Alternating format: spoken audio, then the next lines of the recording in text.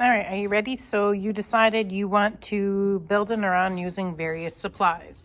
What you're going to do first, you see all these kinds of cardstock, you're going to pick one. Or if you're like, I want to make it smaller, pick one of these. But you probably need a template to build it on top of. So I don't want it to end up bigger than this size sheet of paper. So you're going to choose a color or choose one of these. And then you're going to use these various supplies to build your neuron. There's felt, cotton balls, pom-poms, barley, pasta, it's elbows and diddlini, some beads, some boondoggle cord, some different embroidery floss. We have some matchsticks, stickers, yarn.